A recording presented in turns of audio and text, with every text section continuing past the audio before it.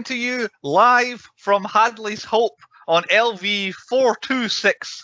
It's the 10 Point Podcast. My name is Bruce, and welcome to this week's episode, brought to you by Wayland Yutani, the leading force in obtaining alien specimens for bioweapons since 2122.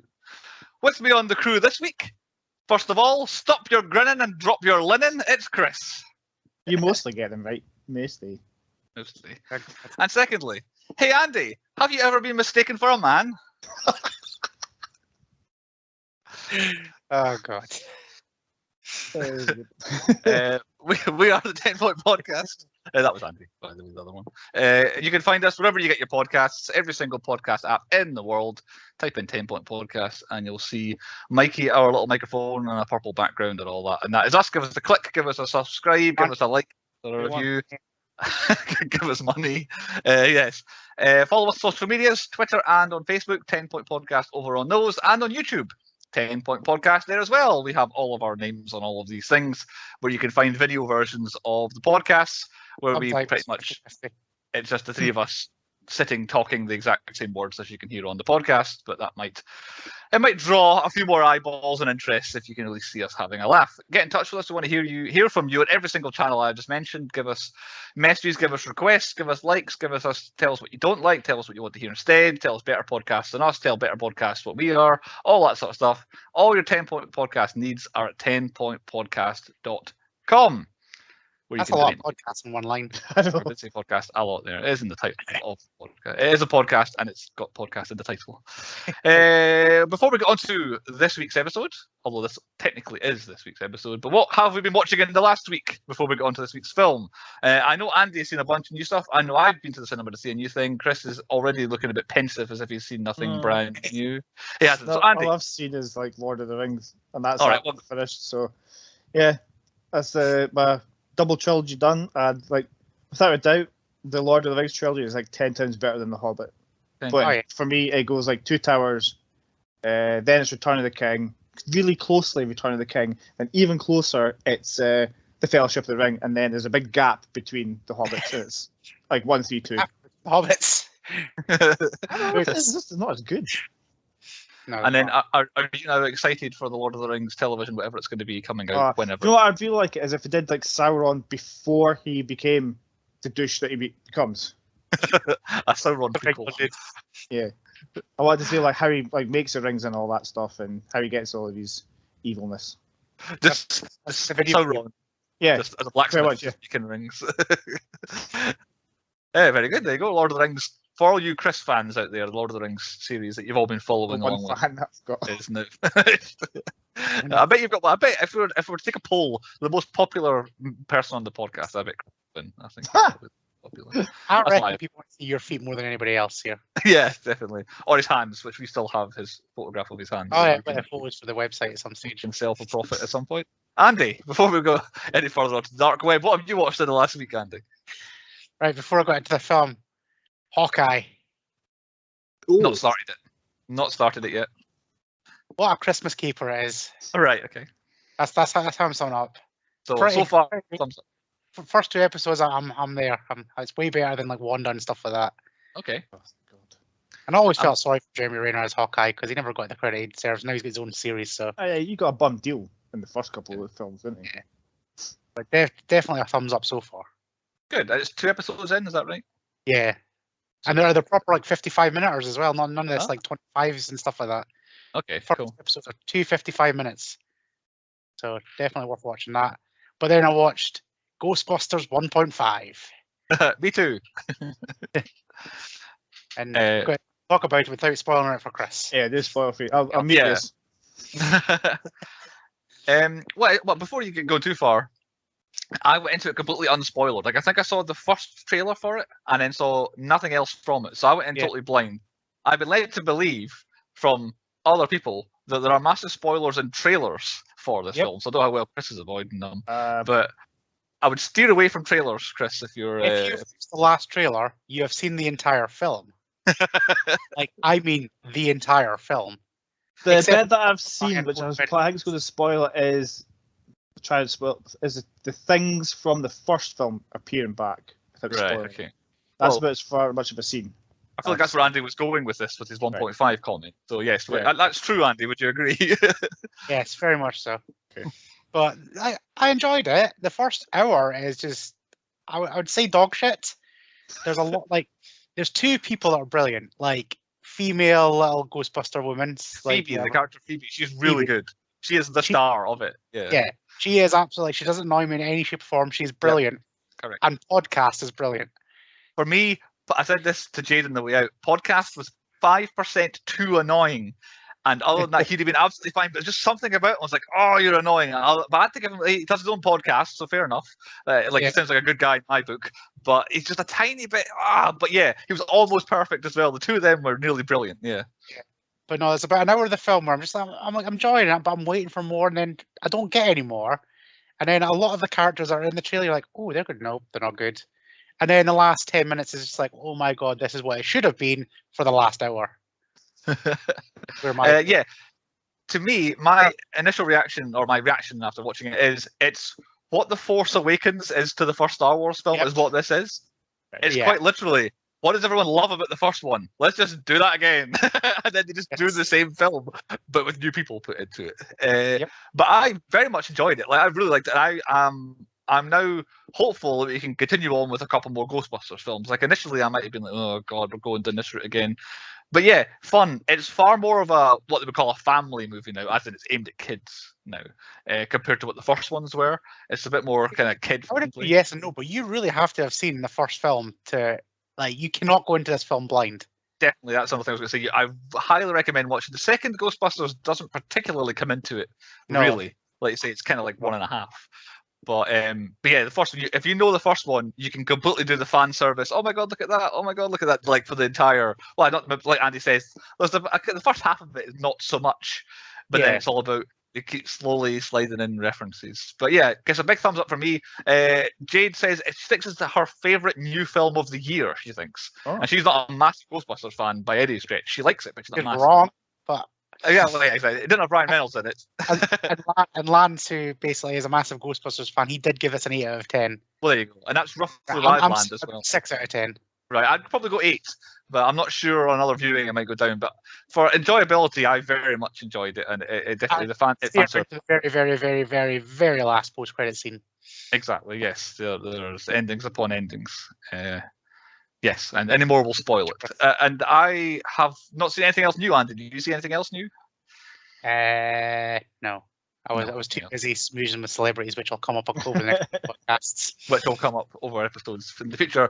The only other film I watched this week was Silence of the Lambs. And to say I watched it, I didn't particularly watch it. I had it on, paid attention to the interesting bits. It's still brilliant, and I still love it, but I can't say anything more good about Silence of the Lambs. It was brilliant, but Ghostbusters Afterlife was definitely the star of my week. And any more will spoil. I think we've negotiated that quite well, and Chris looks like he's equally excited. Oh yeah, I'm looking forward to seeing it. Just don't watch the trailer. Yeah. Or I won't watch the film, then watch the trailer and go, oh yeah, that's the short version. That's the Cliff notes, yeah. Right, on with point one then, on to why the reason we are here. Point number one, what's the point? The point this week, the 1986 action-adventure sci-fi thriller Aliens, brought to us by 20th Century Fox, who we've done before with Alien, obviously, Cocoon, Office Space, Me, Myself and Irene, Kung Pao and Gone Girl. Brought to us by other production studios, Brandywine, who also did Alien, and SLM Production Group, who did Cocoon, which was very, very recent, as in it was last week's episodes. They've done 2 in a row for us. Written and directed by James Cameron, who I'm actually quite surprised to find we've never done on the podcast before, considering he has, in his kind of credits, Terminator 1 and 2, which he wrote and directed, and then he was also a writer on Terminator Dark Fate, the most recentest Terminator film. He was also a writer on Rambo First Blood Part 2, one of those nonsensical titles. He wrote that. But everything since then, Aliens, The Abyss, True Lies, Titanic, Avatar, and its future sequels that have been its future sequels for about a decade now. He is writer and director on all of those, and he is also the writer on Alita Battle Angel that he opted not to direct and gave it to Robert Rodriguez instead. But yes, and like without exaggeration, probably for the last 6 years he's been working on the Avatar universe, and that's all he has done. Finished as well. Yeah, some are meant to be out. I'm sure some are meant to be out at the cinemas, like now probably.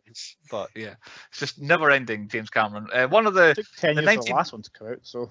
Well, yeah, one of the 1990s kind of greatest movie makers, I would say, both in terms of box office and probably critical acclaim. Also, writing credits on the film, both who helped write the story were David Giler, I think that's how you say his name.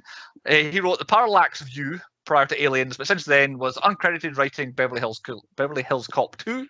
He wrote Alien 3. He wrote both versions of Fun with Dick and Jane, and he's also a writer on the future Alien film, the 7th in the series. He is a writer on the next one that's coming out. Also wrote Aliens is Walter Hill, who wrote both versions of the film The Getaway. He wrote The Driver. He wrote The Warriors, 48 Hours, Streets of Fire, Aliens, and Alien 3. And he seems to specialise in writing films that get turned into games at one point or another, because I think he has 4 of the films on his credits, if you include Alien as one, all became a game at some point. So yeah, there are the other writing credits. The film stars Sigourney Weaver, who we covered doing Alien, obviously. She's famous for the Alien series, the Ghostbusters series, coincidentally, Gorillas in the Mist, Galaxy Quest, and Avatar. I can't remember how she ended up in the first Avatar film, if she's going to be in the future ones or not, but probably inclined to believe she's probably... Oh yeah, she was stuck into a tree. That's right, yes.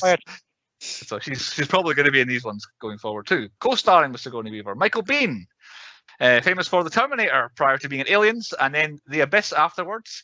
He did a James Cameron trio, 1, 2, 3 there. Also, Terminator 2, he was cut out of, but filmed scenes for around that time too. After that, he was in Tombstone, The Rock, Planet Terror. My lips are not working today. And he was in randomly one episode of The Mandalorian. He came out of nowhere. Michael Biehn was just standing there playing kind of second villain or whatever it was. I'm sure he'll be back there. And our third star on the credits on the film was Paul Reiser, is the third one on the credits. Beverly Hills Cop 1 and 2, Aliens, Mad About You, the television show. He was one of the 2 main characters. He was in Whiplash, and he was in Stranger Things most recently. He was in a couple of seasons worth of Stranger Things. Yeah. I kept going, he's the guy from Aliens when I saw him in it. Yeah, so, I forget. Yeah, me too. Until I read his IMDb. Samwise Gamgee as well. Yes, exactly. Yeah. And there are 3 main stars. There are a few others. We'll touch on them throughout the film. They were the ones at the top of the credits. The budget and money stuff for Aliens.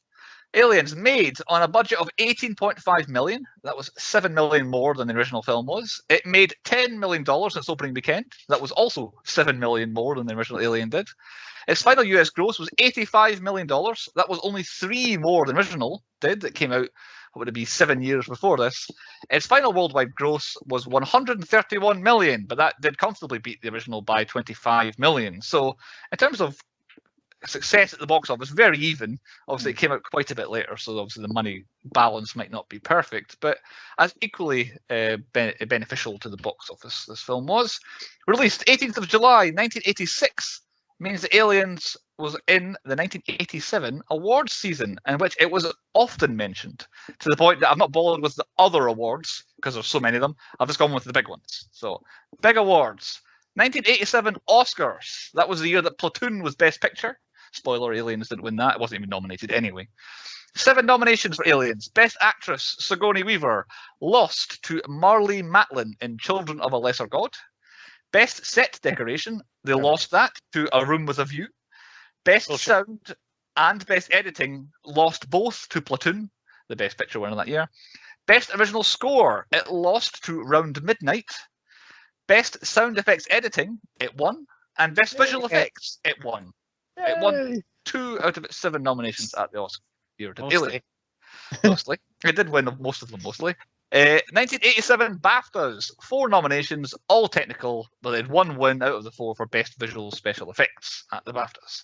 1987 Golden Globes, 1 nomination, Sigourney Weaver for Best Actress in a Motion Picture Drama category, lost again to Marlee Matlin for Children of a Lesser God. Who is that? Never heard of it. She is most famously for being the deaf actress who was good in the late 80s. You would definitely know Marlee Matlin's face. If there's a sort of a deaf kind of main character in a film or a TV show or a guest star, it's usually Marlee Matlin. You would definitely recognize. He boys like Chris, I reckon. Fair enough. But of course, I've dodged around it. The main award ceremony we want to hear about is the 1987 Saturn Awards, of course. I reckon it's mostly cleaned up here, mostly. Aliens, 11 nominations. It won Best Special Effects. It won Best Writing. It won Best Director. It won Best Performance by a Young Actor for Carrie Henn. It won Best Supporting Actress, Jeanette Goldstein. I have no idea who she was in the film because... Ramirez. I'm assuming so. There you go. Vasquez even. Exactly, yeah. Vasquez. Not exactly I don't know, a pushed role in terms of the front and centre, but she won. It won Best Supporting Actor for Bill Paxton. It won Best Actress for Sigourney Weaver, and it won Best Science Fiction Film. It won 8 out of its 11 nominations. The 3 it didn't win were costumes, makeup, and poor old Michael Biehn. He did not win. He was the only actor that was nominated that didn't win. But yeah, Saturn Awards 1987 was the Aliens Saturn Awards that year. It just about cleaned up, as Andy said. Our synopsis for the film Aliens is brought to us by our old contributor, Nick. He's back with another one here. I want Claudio. He does like the best ones, as Claudio, but we'll do with Nick. Nick tends to be a bit wordy, so we'll see how this one goes. Living in a state of suspended animation for the past 57 years, the sole survivor of the bloody Nostromo massacre in Alien 1979, Lieutenant First Class Ellen Ripley wakes up in a salvage ship on its way back to Earth. Now, faced with the consequences of her actions, disgraced Ripley reluctantly accepts to escort the junior executive, I cannot speak today, Carter Burke, along with a tough-as-nails squad of US colonial marines to Hadley's Hope, the terraforming and mining colony on LV-426, in exchange for her pilot's license. But there, on the dark surface of the remote exoplanetary satellite, multitudes of predatory endoparasitoid creatures known as xenomorphs, just like the aggressive Stage 3 drone that killed Ellen's companions in the area. Bloody hell. This time, it's war. And as the undaunted, acid-spewing space insects decimate armed-to-the-teeth troops once more, Ripley must take her life into her own hands. Can a woman alone put an end to the nightmare of the ferocious aliens? He said the thing at the very end. Jesus, bloody hell, Nick. Off you one day. There was about 100 words in one of the sentences there. Anyway, Chris, you selected this film. Why don't you tell us why you picked it, if it was indeed other than your theme? My whole theme, I was exactly why I was like, because I wanted they mostly come at night, mostly. So I was like thinking, try to get monsters that appear at night, and I wanted to do Aliens again because as I said, Alien was better than Alien. Right, yeah. Blade trilogy, you've started the Alien trilogy. Yeah, it's just like a six trilogy now. Yeah, Alien got out of hand after the quadrilogy and then it went mental. I might just stop after Resurrection. But yeah, it's one of. I don't think it's a great movie, and I thought it'd be a worthy thing to end my pick on, an actual decent pick for once. Too bad. I'm assuming it's a giant assumption that all of us have most comfortably seen this before, and we all know what happens essentially. After Alien, I end up watching all of the Alien franchise. I actually watched this one first before I ever seen Alien. Right. Okay. I think I might have started with Alien 3. I think might have been I just randomly had it on at some point, and then I like this. So we've definitely all seen it before. What channel would we normally find this on television? Oh, this is a Film 4. Yeah, Channel 4. I was thinking. Film 4, Channel 4, most definitely. Yeah. A return of an old classic segment. Which version did everybody watch? I watched both. Right. I've seen both, but I think I watched the theatrical because I didn't have James Cameron at the start moaning about stuff. I forgot about that when I watched That's it. a nice balance because I did watch the 1990 special edition with has James Cameron saying this is what Right. wanted to do, which the version I had didn't go on too long about it, but it's like, yeah, I wanted to make it 7 minutes longer or something. That's what he said. Yeah, and it's just the bit at the start when they're like looking for the eggs. That's pretty much the extra bit. There's one other bit apparently for no reason. Well, it doesn't add anything. There's a kid riding a big wheel like a tricycle. Yeah. It goes past the Whalen-Yutani sign. That's the only time it's ever seen. Yeah. It's like randomly just that needed to be in the proper cut though. So there we go. We've got a nice balance. So I don't know how much different there is beyond that, but we'll find out as we go on and start debating things that we didn't see. Point number 2, the high points on the 10-point podcast. Chris, why don't you start us off with what you thought the best bits and things of the film were? I'm going to start with one of Andy's all-time favourites, the opening credits. They weren't hanging around, were they? They were like, Flash, name, Flash, go on. And I was like, I can't see who it is. Well, what I thought this is like at the start as well. Like, sorry, on you go, Bruce. I'm gonna say I don't like the way the Aliens films. It always like the name Alien or Aliens always forms in a slightly different way. It's kind of similar but different. Single one. I like that kind of thread. I thought it was a nice touch. Was the grappling gun from Alien was still wedged at the bottom of the door, which I don't think I'd ever noticed before. Yeah, and there was like various other bits and pieces, like the helmet is sitting there as well. All the bits. I'm telling you straight away. Yeah, it's a direct sequel. Like it's just you could just put this one on and straight away. It's like there you go.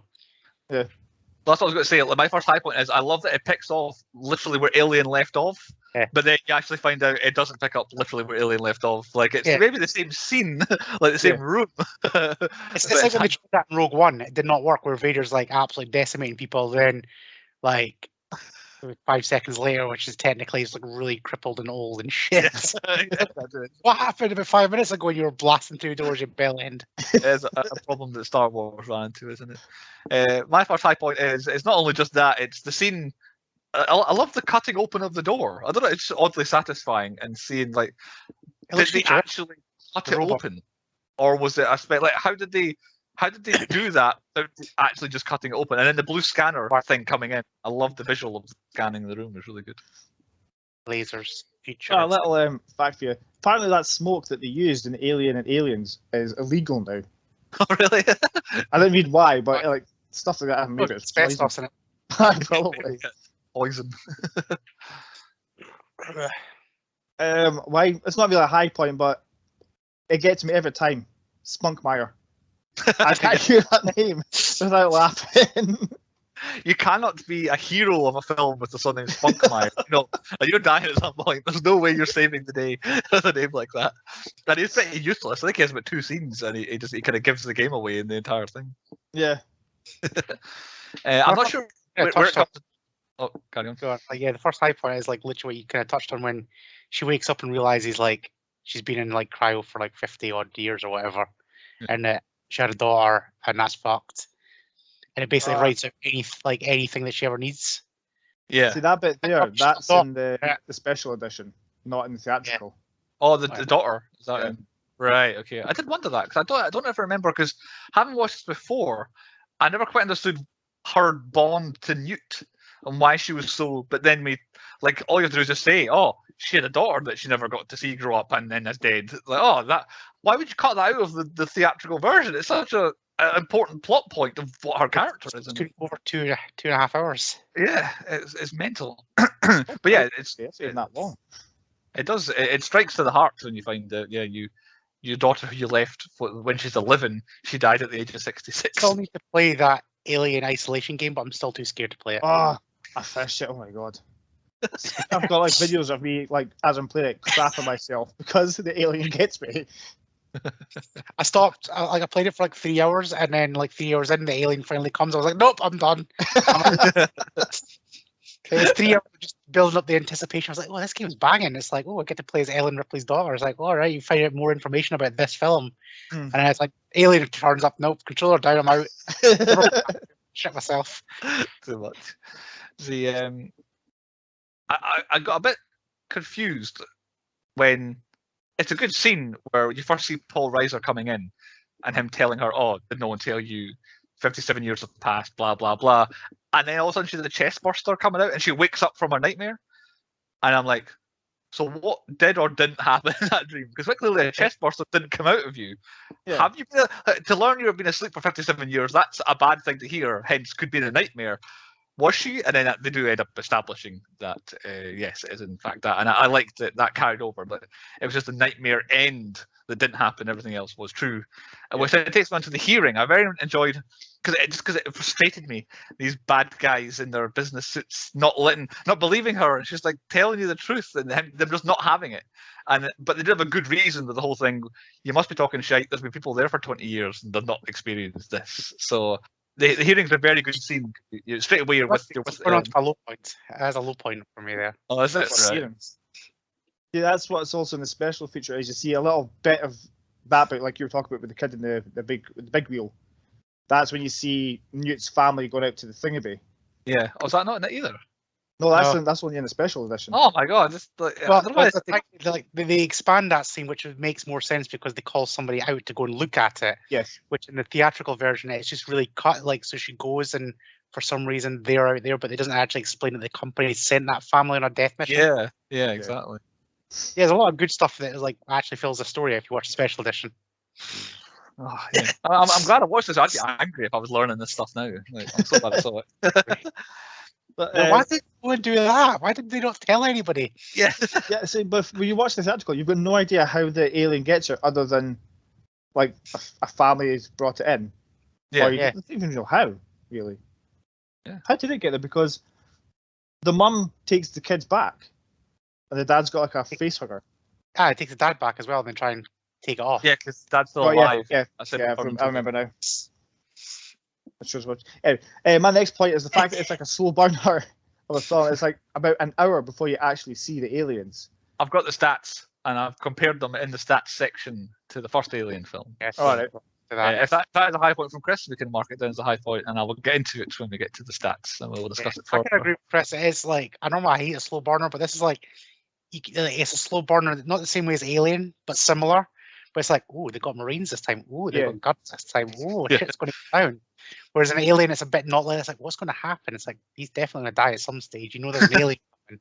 So the very time you know that shit's going to go down. When they're doing that sweep, you're like, you know something's happening because they've already pointed out like the acid. So you're like, they're there somewhere. Yeah, you know they're somewhere, exactly. Yeah. And then I do like the Marines. The Marines is my next high point. Like, they are over the top, which I would imagine just Vietnam Marines to be like. It's like Al Matthews? He is a proper like Nam veteran, and he's exactly like that. Like, you had him at a convention once, and he is a nutter. Yeah, I don't know. More. He leaves still more. I don't know if Chris has got this in terms of trivia, but that was part of James Cameron's thinking when he was writing it. Was that his suggestion is very Vietnam, because he was suggesting that the Vietnam War and America's involvement in the Vietnam War was business related. So that's he's taken that idea and put it into this, that these Marines are at war with these enemy because of business reasons. And you'll say it's like a Vietnam squad going out into the... my next high point is... Sorry, carry on, Andy. I was just going to say, I was going to have more high points on the Marines than that, because I was going to interview Mark Rolston, who plays Drake, and I got too drunk at the weekend and forgot. What's his opinion on the film? Very briefly, if you just remember. Oh, he does love it. Like, this is like the film that kind of made him like into thing. And then you obviously got Shawshank and all that. But I do have a funny story from over the weekends. So he's in literally one episode of Star Trek, and he was on stage at a Star Trek convention. Not really saying much because he's in one episode. Then somebody asked him like what his favorite thing was about being on the set of Star Trek. This is why I wanted him on the podcast. And he just turned around and went, Marina Sirtis' boobs. And obviously there was a lot of like the panel just before was the LGBT trans community panel, so there was a lot of triggered people in that panel at the time, so he kind of got roasted. So I thought, this is the guy that we need on the podcast. So I thought, next time he's maybe for Adam's trigger moment. Yeah, exactly. You can just bring a 1.7 or whatever it is, like a 0.7, and then he can give his piece there. Oh my goodness. Right, back on track a little slightly. My next high point, which is kind of around what you're saying, specifically the sets for the Sulaco, the ship that they come in. Like, I feel like they built this entire space, and it feels like it actually is a spaceship, and they're on different levels in different rooms. You get an idea of where everything is, kind of like the first one. But then obviously in the first one, the film played out in that, whereas this one, a lot of the scenes are used kind of once. It's just a kind of loading bay at the end that gets used a few times, but the set itself, I felt like it's not I haven't got it in low points. So I feel like things like the car and some of the bits on the planet weren't up to the scratch of the Sulaco. Seemed to be it was a high point of the set building for me, was the Sulaco. I need to mention that for one of my high points. I'm going to jump straight to the appearance of the aliens. Like, every time I watch that scene, I'm looking in the wall. I'm like, where the hell are they? You can see them in Alien. You can see it hanging from the rafter. Yeah. You can see it hiding here. It's perfectly again, and that's what I reckon. Oh, they did. You can't see them anywhere. The one that really got me was the face hugger in the kind of the medical bay, wherever it is, where you know it's there. Like, I know it's coming out, and all of a sudden just a bit of the scene moves, and that's what it was. It was there the whole time. Yeah, it's very well done. And it's just when they start swarming everywhere, and people are just like, where are they coming from? And you just like, all hell is just breaking loose. Yeah. I love it when it gets going. I've got the Marines in alien territory at the same time as finally, without a doubt, finding out that Lieutenant Gorman is inept and out of his depth and has no idea what he's doing. Like, he should not be in the position that he is. I like this now, because I think I've got this in a low point, but why would you have an inexperienced lieutenant leading your team? Why is... I thought it was an easy job. Yeah, I think it must be an importance. They must be like, oh, just go and see what it's like on that place over there. We've lost communication. It'll be fine. Only crazy old Ripley thinks it's aliens there, so it'll be all right. So go see what the problem is. So yeah, that's the thing. Like, they all knew. Like, I don't think the Marines knew, but obviously the whatever his Brake or whatever he's called, the lawyer dude. Oh, Burke, yeah. Burke, yeah.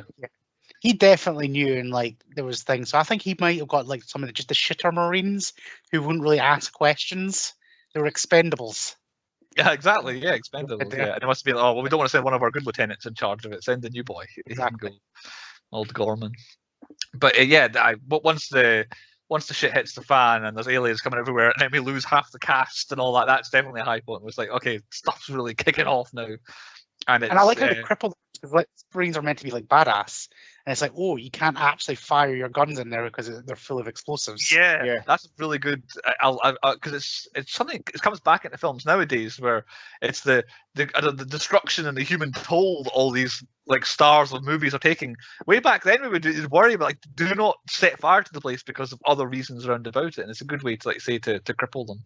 I do like the idea of them crippling them. I've got to a low point as well. Like Vasquez and Drake, and even Hicks with his shotgun, like not listening to the superior officer, and him just saying, "Take ammo," and not explaining why they're taking the ammo. He said, "Well, if you shoot, you're going to blow everybody up. Just take the ammo, use flame." It's just. I think it's all right. I think it was just the pulse rifle ammo that would rip through everything else. Yeah. As the shotgun seemed like it was okay. Sticks. Yeah.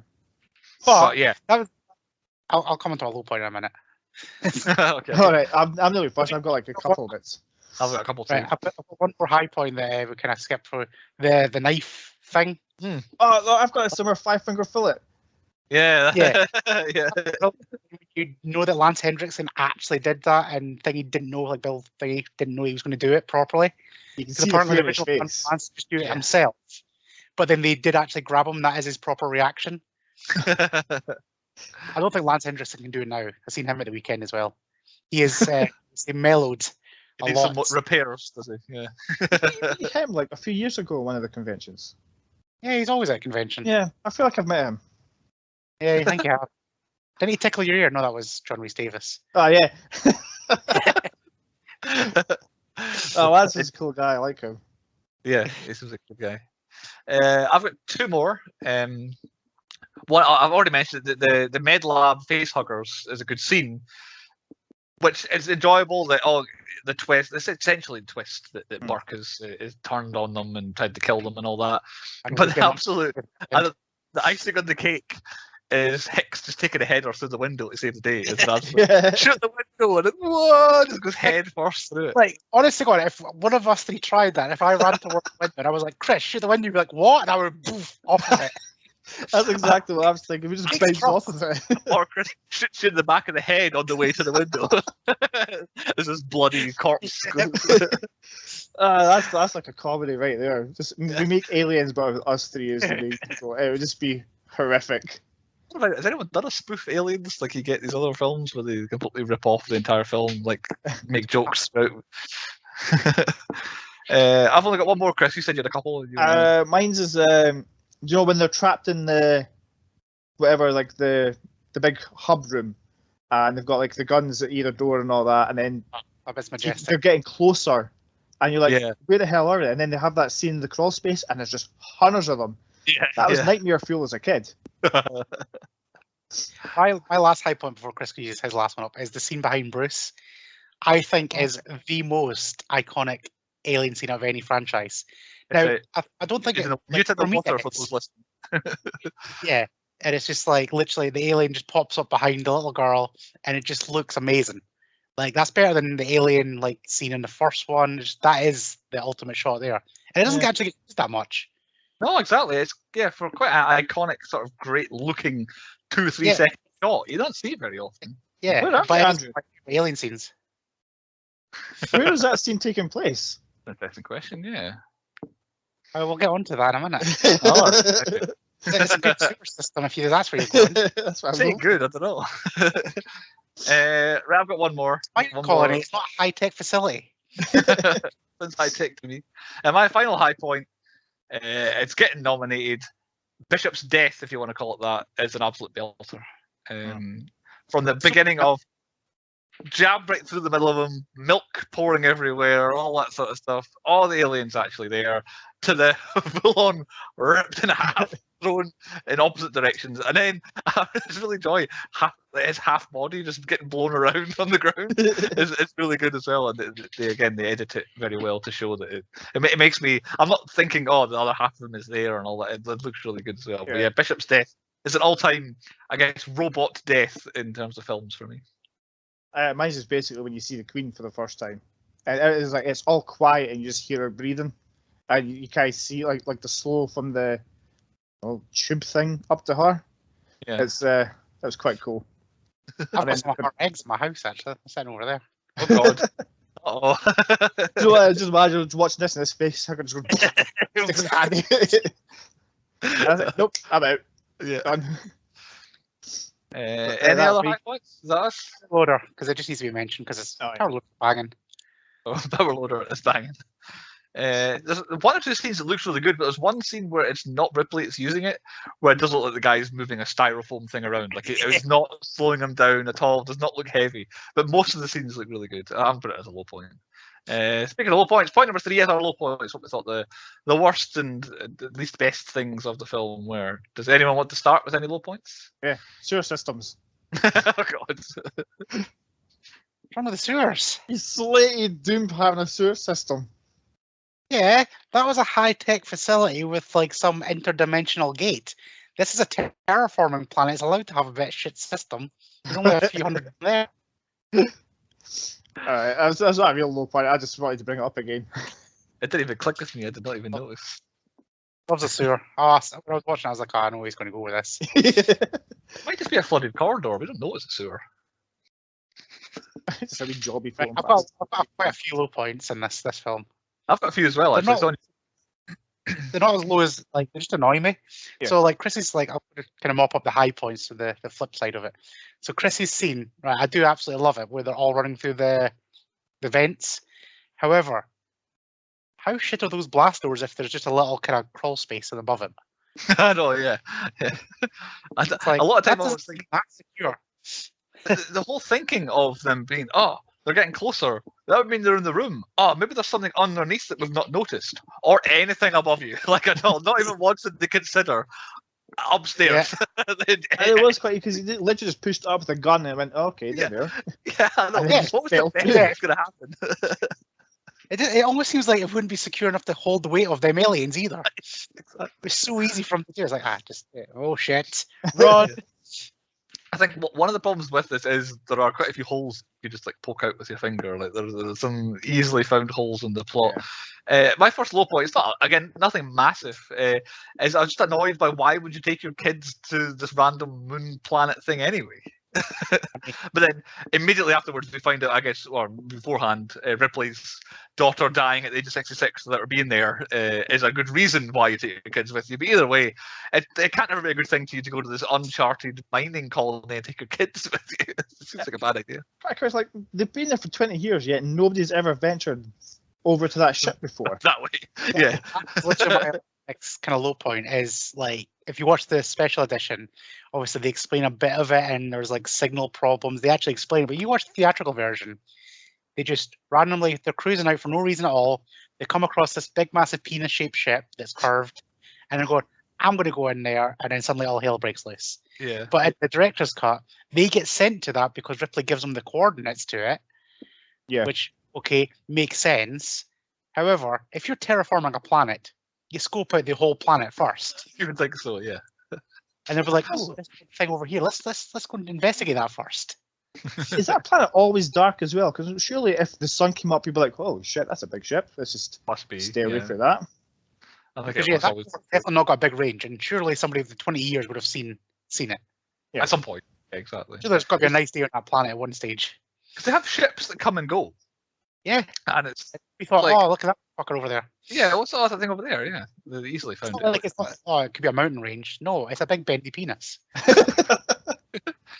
My next low point is, again, it's kind of the counter argument to one of Andy's ones.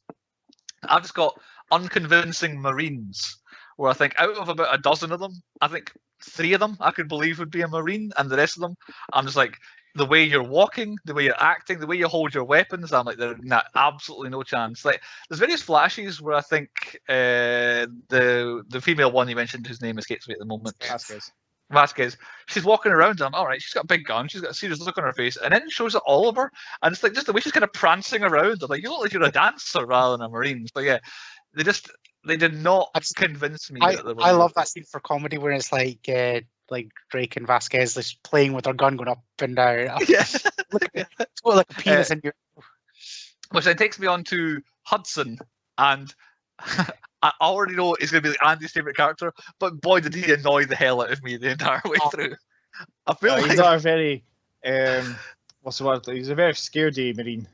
Yeah, exactly. It does not feel like a Marine. And I feel like Bill Paxton, like, everyone in the film was playing it about, right, we'll be about a 6. We'll play it a 6 out of 10. And Bill Paxton's a 15. Like, I am just in an entirely different film here. And I'm just, wow, there's aliens. Whoa, and everyone else is quite low-key and playing it down. And this is quite a serious film here. And every scene... If the fucking aliens were kicking off, oh, fuck him off this planet. Anytime anyone mentions any settlements on the planet, it's like, not me, I'm not doing it. I don't want to be here anymore. It's like, well, you are there, and you're going to die. Probably anyway, but if you don't do anything, you're definitely going to die. So yeah. Can they decide he's like, fuck, I got myself too much into this. Yeah, but oh god, that he was probably my lowest point of the whole thing, was just the way Bill Paxton, who I know is a good actor, just played Hudson just too much for me. I couldn't take it. This is my one major issue. I think it's with a lot of alien films, is like they show people getting attacked by aliens and with the tiny little mouth, and it looks like they kill them. Yeah, and the vitals just stop. But then, like, they're alive in the cocoon's nest, and you say, "Oh, look, the vitals are just randomly started up." And yes, a snake you get hit by venom, your heart rate goes really slow. But in like some films, you see the thing go like that; it goes blat through their face and kills them. It always kind of cuts away. It's only when they're properly pissed off they start killing everybody. That's my next point: is if you're going to make a violent movie about people getting attacked by aliens, then show them getting attacked by aliens. Stop quick cutting away to it, like, "Oh no, they've killed them and carried them away." No, but you have to quick cut and do that so you can see, like, oh, did they actually die? It's like, no, they've just been hoarding them because they've got so many eggs. Yeah, exactly.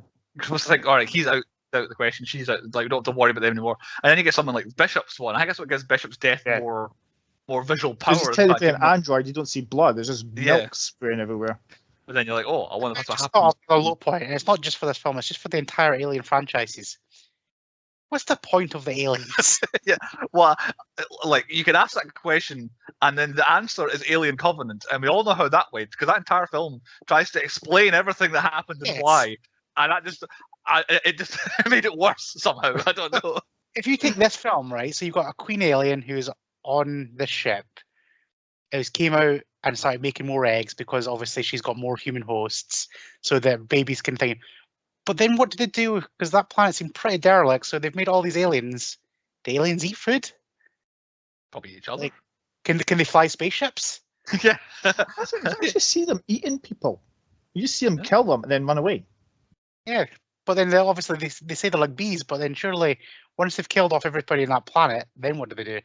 Well, I guess that's why... eggs can stay in stasis, but can xenomorphs stay in stasis for X amount of years? Well, maybe that's what they do. They were sleeping. Because they were sleeping on Ripley's ship, an alien, and they were sleeping on the wall until people came in. It seems like a stupid plan for an alien. Yeah. Predators, they make sense. Yeah, predators are a bit different. Yeah, but then that gets messy when we put them into things and try and work out reasons for stuff as well. It's coming eventually. Any other low points? I've got a few others. I'm going to say the Queen.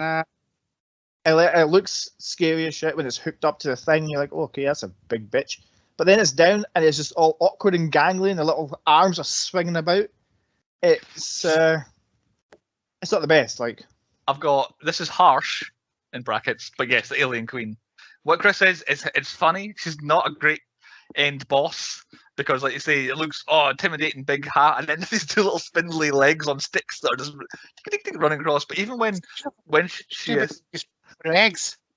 And the bit where she's kind of dropping the sack off is unnecessarily long and weird looking and awkward as well. Like, I don't need that.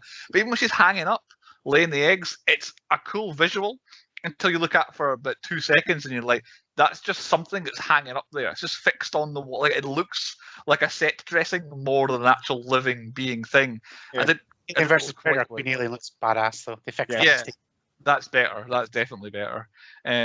But yeah, I totally agree, Chris. I remember it being a bit more kind of imposing and a more dangerous villain at the end. Just before that is one of my second last low point, is Ripley will go back on her own to get Newt.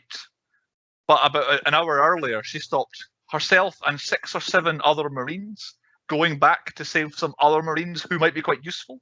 Like, Newt is in exactly the same situation as half the team were earlier on in the film. And she's like, no, they've gone now. They will be got alien stuff in them. But at the end of the film, nope, that one little girl, I need to go save her, regardless of what she's got inside. She's going to get, how is she not going to know that Newt has something inside her? Because they didn't know that they kept him alive, I don't think, until they noticed the nest. Yeah. But they found someone who was alive. Before the aliens attacked, there was the one girl on the wall who the chest burster comes out of. So they knew that she was alive. That's a good point. And Christ knows how long she's been there. To be fair, you'd be an absolute monster if you left a kid there by herself. By that point, I'm thinking, off that planet. I'm on the way out of here. Yeah, Yes. Like literally, this thing is going to take. Ship up, right? Let's just go, Bishop. Let's get the ship out here. I met her yesterday. Fuck her. 100%. You know, worse than the aliens. My final low point is there's no way the Queen would have gotten on the Sulaco because it's nowhere near the ship as it crashes onto the thing. You know, at the end when Bishop's picking her up and the guy swings and hits the metal, the Queen's nowhere to be seen. Exactly, yeah. And all of a sudden she's ripping Bishop apart. That's the director's cut. On that one, but he definitely filmed that, I reckon. They couldn't get a little shot of her spindly legs jumping. My final low point is very similar, tied on to what Chris said. The ending is also basically the same as the first film. Yeah. It's very, very little difference to what actually happens at the end of the film. So yeah, so alien sneaks to the very last bit and then blow him at airlock, and that's how the film ends. Yeah. So yeah, it ends the same way. And I think that's why I kind of like Alien 3 a lot more maybe than the average person does. I feel like it's a bit more different the further through the film you get. But I'm sure we'll touch Alien 3 at some point, so I won't go too deep into that. Is that our final low point? That's mine, yep. Yes. I think we've spent way too much time on all the highs and lows, so we better get cracking. Stats. Point number 4 is our statistics. The number of shits heard in Alien, 10. That was 7 more than the first film. The number of F-bombs in the special edition is 19. And 25 in the theatrical. Somehow the theatrical is more sweary than the special edition, allegedly. And I don't have an F-bomb count for Alien, but I had 7 other swears in that film, so I'm assuming a few of them are F-bombs. Explosions. There were 3 in the initial Alien. There were 24 in this Alien. That's one of the big differences. Bill James Cameron. And speaking of big differences, there were 6 deaths in the original Alien. There were 169 deaths in this one. I counted Bishop because I like Bishop, so he gets to counted as a death. Quotas. Dead animal. No. He's not dead yet. Yeah. He's the third one. He's still alive. Powered down. I suppose, yeah. Good point. That's a fair point. Okay, I'll take one off. He does get powered down. Of course, he does get saved at the end. Yeah, so 168. Dead animal, no. No cows, no goats, no peeing. Surprisingly, no paedophiles with a small girl running around an alien planet with bad people and all that. The devil wasn't there, the KKK wasn't there either. So quotas completely shut out. None of our normal stuff in this at all, despite the fact we've done Alien 1. So that's 2 films that don't match it. I counted aliens. I'm assuming Chris did too. Nope. Oh. No way I'm counting all of them.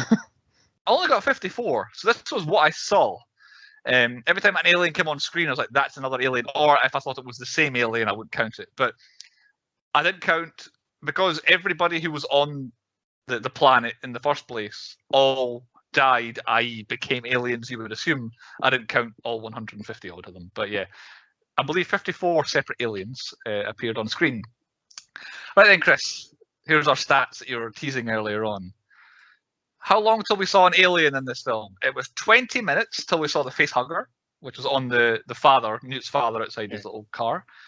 It was then another 52 minutes until we saw a chest burster at the 72-minute mark. So well over an hour. Again, it's just special edition numbers. And then it was one further minute until we saw a xenomorph, because straight away the xenomorphs attacked. Compare that to the original Alien. Our facehugger in this one came 15 minutes earlier than in the first film, but our first chest buster came 15 minutes later than the first film, and our first xenomorph came 6 minutes later than the first film. So it is, you see a facehugger sooner, but in terms of actually getting to the proper alien stuff, it is a bit more of a slower. The comparison with theatrical, it might be about the same time then.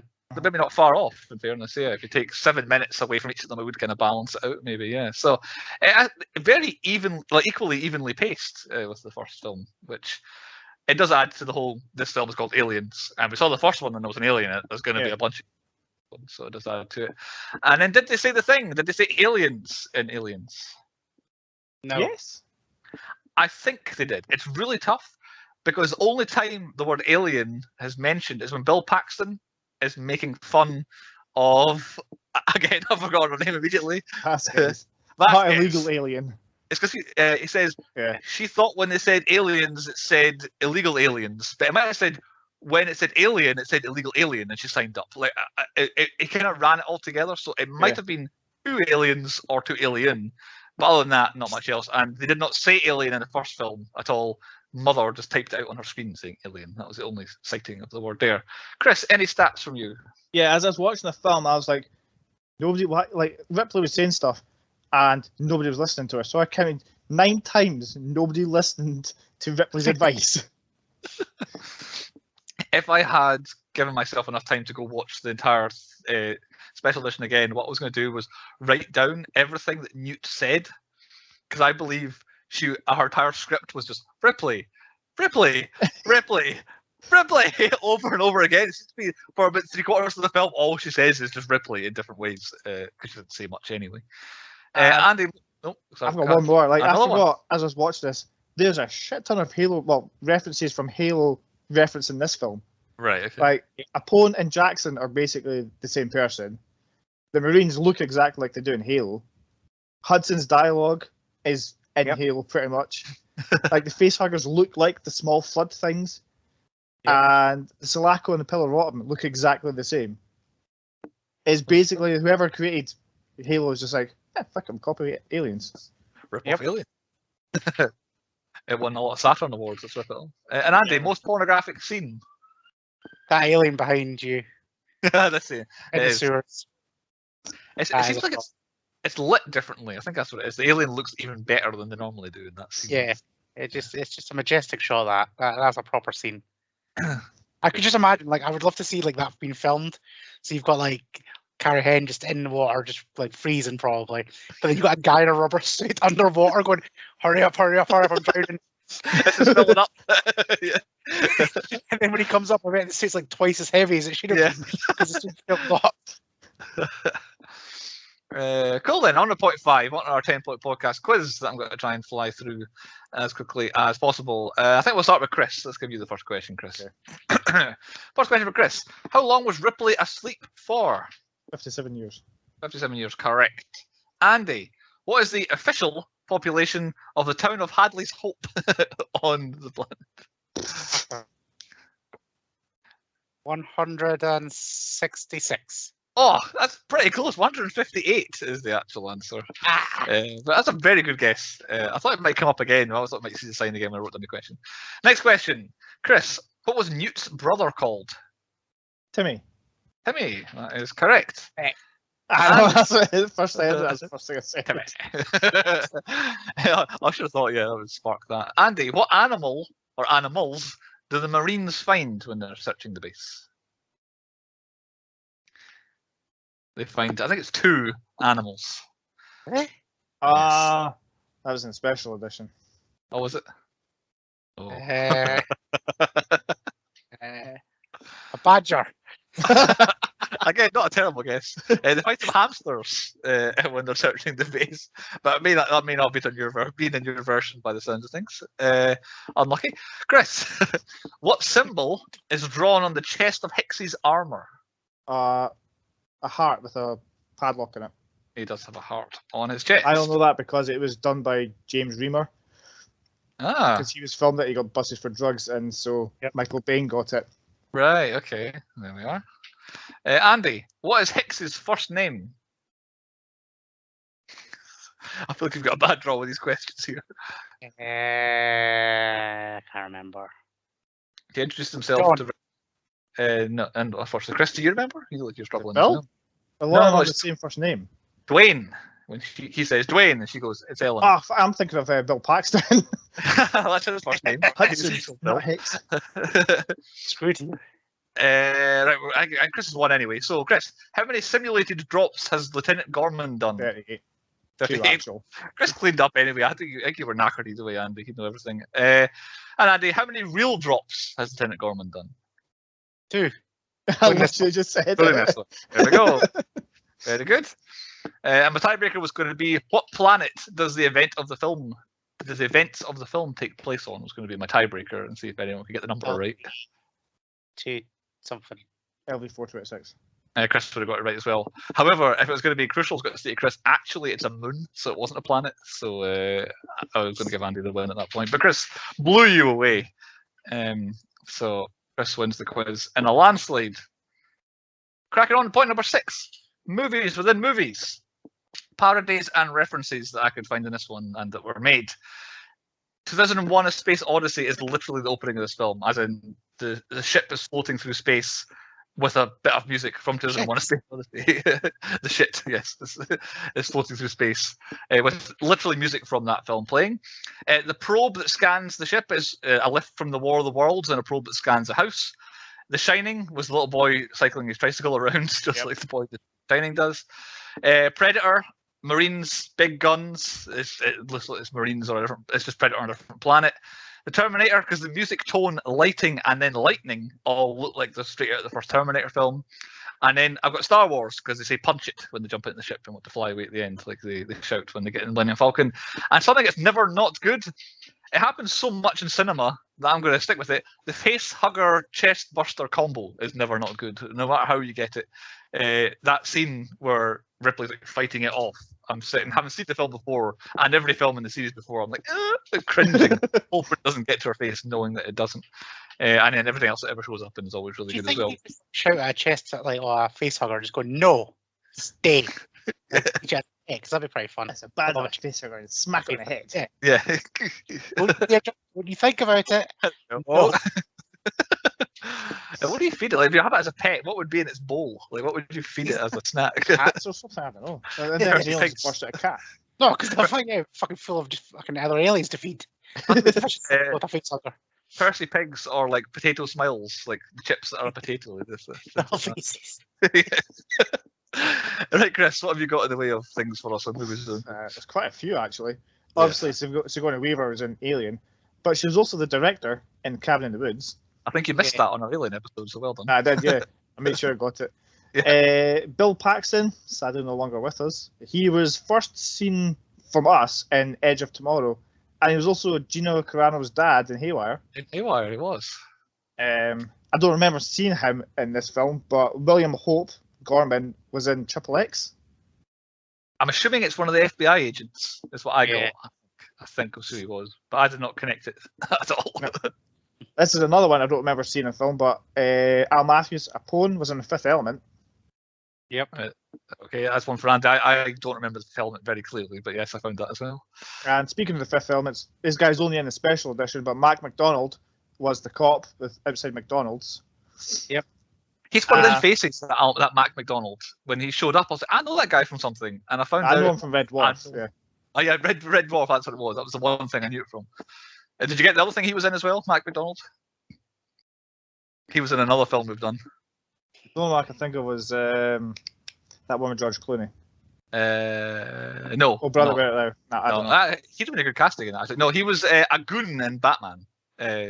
I've done the original Batman. We did Batman Returns. Exactly. It was just the first Batman. It was. Now that I think about it was the first Batman. Try to tell me how to do my job. But you watched it around that time, Chris. So you'd seen him in that. But yeah, now I think about it, I had it as on my list as something we'd seen. But yeah, I tell a lie. Well done, Chris. You got that one right. And you've got one more. I've got two more actually. Oh, technically three. James Remar was supposed to be in it, but he got done out. He was in Django. Twice in Django. Eddie Powell was the alien in Alien. But I think he played one of the aliens, I'm assuming. And Tom Woodruff Jr., he was uncredited as Goro in Mortal Kombat. He was also a graboid in Tremors, was Tom Woodruff Jr. Because I recognise his name. I recognise him as, yes, he was in Tremors. And yeah, he was Salvador. Is that a human or is that an alien? Like, I feel like he would be an alien with a credits that are the graboid and Goro. Oh, at the start. He's one of the people who come in. Oh, there's our salvage boys. Right, okay. So he actually plays a human being. Yeah. And have you recast this, Chris? I have. I'm being greedy this week. I'm Hicks, not to be the hero guy, but because I could fall asleep at absolutely anywhere and any time. Right. And I would totally be Hudson in that situation. I would be freaking out. I've got you as Hudson. I thought in the past you said you'd freak out, so I thought freak her out or that's Chris. Yeah. I put Andy as Drake or Apone. No,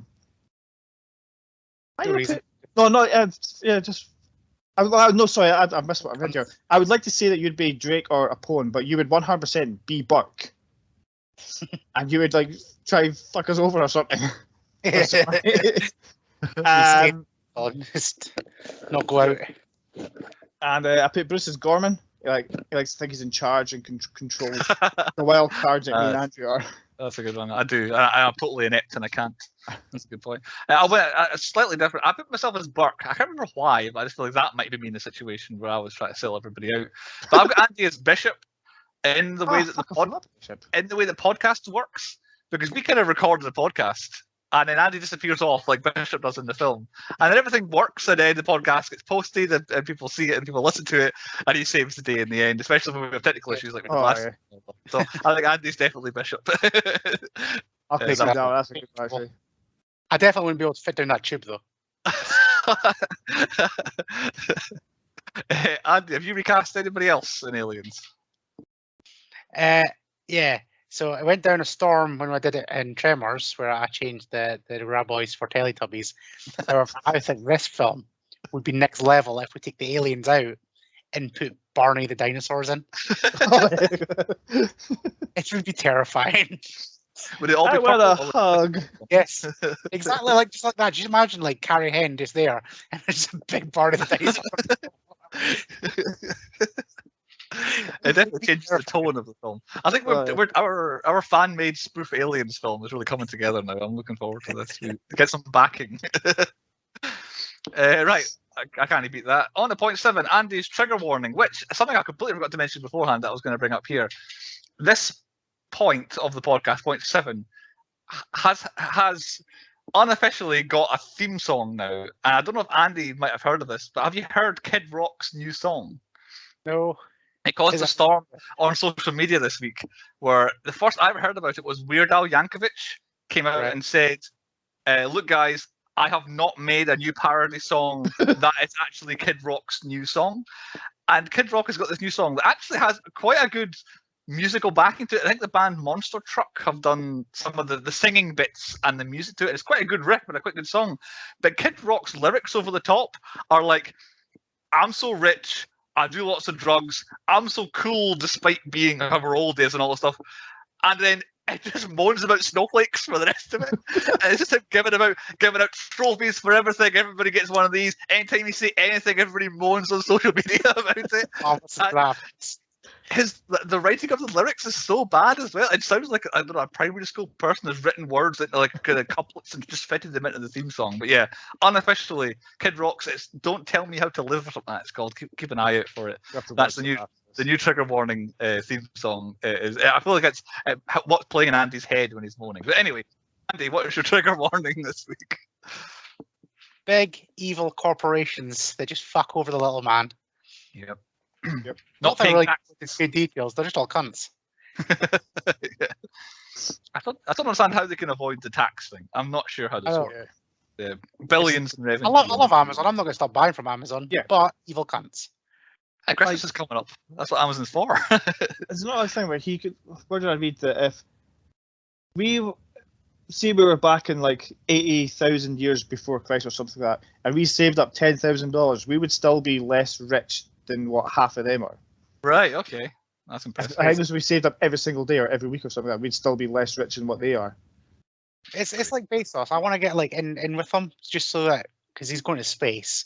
Then I'll be like, right, I've got an idea. Once you've got the space thing, I'll find some aliens and we'll weaponize them because I know how to do this. Because it's went so well in all films. I've never gone. Mistakes. I could definitely make money, so that's what I'm going to do. Then I could become an evil corporate bastard. There you go. That's all we want. Well, it's just jealousy, really, isn't it? We'd all want to be the rich guy at the top of I want the money. Yeah. Like just on a slight tangent, it's like that guy. I don't know if you've ever seen the YouTuber Mr. Beast. He spends a fuck ton of money. He's just on a Squid Games at the moment. I was just reading that bit before, actually. It's amazing. Like it's 25 minutes, and he recreated Squid Games, and then gave the winner $45,000. I'm assuming it's just the games without the death. Then is it? Oh no, they got the pushes packs on. They don't actually die, but yeah, it looks actually better than like the TV show. Oh, if cool. I was that rich, that's the kind of shit I would be doing. Yeah. He was doing things like people were standing in a circle for days if they wanted to. You weren't allowed to sit down or no. You just weren't allowed to leave the circle. And you give you challenges. You could either come out of the circle and I'll give you $10,000, or you might win a car. Yeah. Where's he getting the money from? I've never heard of him before.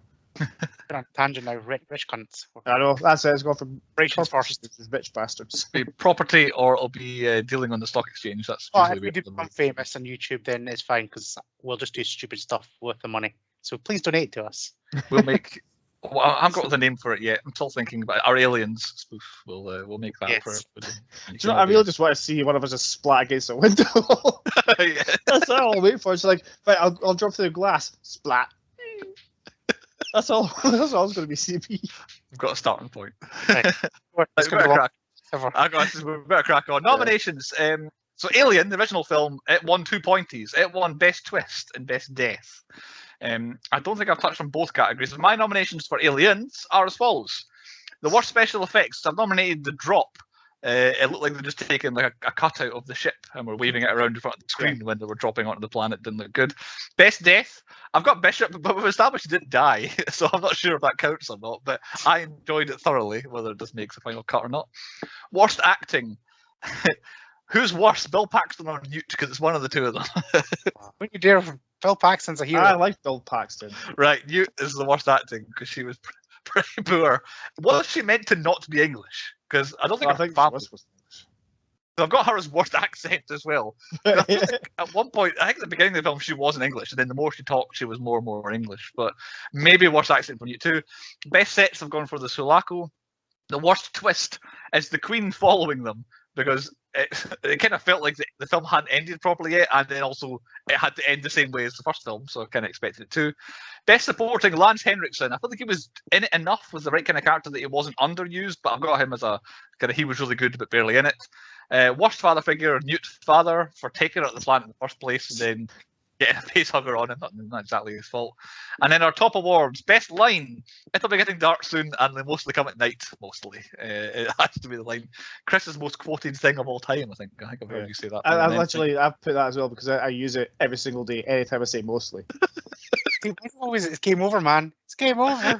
Yeah, that's a good one. Yeah, I mean that does come up with quite a few things, but the double mostly is very Aliens. Best Bellend, I've gone for Burke. I thought he was very good at being a kind of shifter of corporation businessman, and it's a proper villainous turn where stealing the gun and letting them loose in the room with them. And worst plan, I still think Ripley, despite being successful, going back to save Newt was a terrible idea, but it worked. So again, it might not be the all my categories. I'm agreeing with pretty much all of them. All right, cool. Chris, what have you got? I can't really remember what you said, but like best actress, I've got for Sigourney Weaver. I've gone for best gun, Ripley's flamethrower gun hybrid. Well, my worst plan was pretty much. There's a lot of worst plans, but just landing on the planet in the first place was a bad idea. My best set was the alien nest. My biggest jump scare, it's a random one, but in the special edition, Newt's mum bursts open the door and I crap myself. Oh, I know, yeah. That was a bad one, yeah. I mean, there's other ones where the alien kind of comes, but I'm not joking. When she burst open that door, I just made shit myself.